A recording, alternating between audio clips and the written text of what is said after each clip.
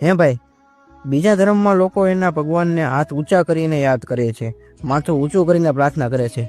કેમ આપણે આપણા ભગવાન સામે માથું નીચું ઝુકાવીને પ્રાર્થના કરીએ છીએ? સાંભળ, બીજાની તો આપણે વાત નથી કરવી. આપણે એટલે માથું ઝુકાવીને વાત કરીએ છીએ દોસ્ત કે આપણા જીવનના જેટલા દુઃખ હોય ને, દુઃખ, ખરાબ વિચાર, એ બધું છે ને આપણા મસ્તકમાં હોય. સમજો, કોઈ રીતે સાંભળ્યો કે આપણો હાથ એમ કે મને દુઃખ થાય છે. દુઃખ ક્યાં હોય? દુઃખ આપણા મનમાં હોય ને, મસ્તકમાં હોય, અહીંયા. સમજો, એટલે જ્યારે આપણે ભગવાન સામે આપણું માથું ઝુકાવીએ ને, તો એ ભગવાન એના શ્રી ચરણો વડે આપણું જે દુઃખ હોય ને આપણા મસ્તકમાંથી એને ક્રશ કરી નાખે છે.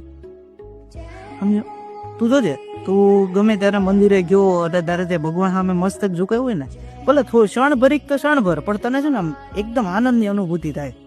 એ એટલે છે. અને જ્યારે રોજે રોજ આ ક્રિયા કરીએ ને આપણે, તો એ આપણે આપણા દુઃખમાંથી મુક્ત થાય. એટલે આપણામાં છે નિયમ છે કે આપણે માથું ઝુકાવીને પ્રાર્થના કરીએ.